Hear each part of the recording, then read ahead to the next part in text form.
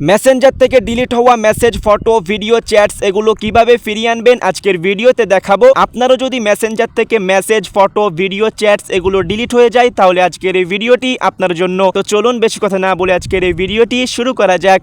এই কাজটি করার জন্য সকলেই প্রথমে মেসেঞ্জার অ্যাপসের মধ্যে চলে আসবেন। মেসেঞ্জারে আসার পর এক জায়গায় 3 লাইন দেখবেন, এখানে ক্লিক করে দিবেন। তারপরে যে দেখুন সেটিংস, এখানে ক্লিক করে দিবেন। সেটিংসে ক্লিক করলে এক জায়গায় দেখবেন অ্যাকাউন্ট সেন্টার নামে একটি অপশন, এখানে ক্লিক করে দিবেন। অ্যাকাউন্ট সেন্টার উপরে ক্লিক করলে আপনার সামনে ঠিক এরকম ইন্টারফেস নিয়ে চলে আসবে। এখানে দেখুন এক জায়গায় দেওয়া আছে কি ইওর ইনফরমেশন এন্ড প্রমোশন, এখানে ক্লিক করে দিবেন। এখানে ক্লিক করলে এই যে দেখুন ইওর এক্সপোর্ট এন্ড ইনফরমেশন, এখানে ক্লিক করে দিবেন। এখানে ক্লিক করলে এই যে দেখুন ক্রিয়েট পোস্ট অথবা ক্রিয়েট এক্সপোর্ট নামে একটি অপশন, এখানে ক্লিক করে দিবেন। এখানে ক্লিক করলে আপনার পেজটি শো করবে অথবা আপনার প্রোফাইলটি শো করবে, আপনি প্রোফাইলে ক্লিক করে দিবেন। তারপর এক্সপোর্ট টু ডিভাইস, এখানে ক্লিক করে দিবেন। এখানে ক্লিক করলে আপনার সামনে ঠিক এরকম ইন্টারফেস নিয়ে চলে আসবে। এখানে আসার পর আপনাকে বেশ কয়েকটা কাজ করতে হবে, যেমন আপনি কি নিতে চান, আপনি মেসেজ নিতে চান নাকি ফটো নিতে চান নাকি ভিডিও নিতে চান। তো আমি যেহেতু মেসেজ নিতে চাই এখানে ক্লিক করে সেভ করে দিব। তারপর আপনাকে একটি জিমেল দিতে হবে। তারপর আপনাকে কতদিন আগের মেসেজ নিতে চান বা ফটো নিতে চান এগুলো সিলেক্ট করে দিতে হবে। এখানে বেশ কয়েকটা কাজ করতে হবে। তো এখানে কাজগুলো আপনি আসলে বুঝতে পারবেন। এগুলো সাবমিট করে দিবেন। সাবমিট করে দিয়ে যে এখানে ক্লিক করলেই কয়েক ঘন্টার মধ্যে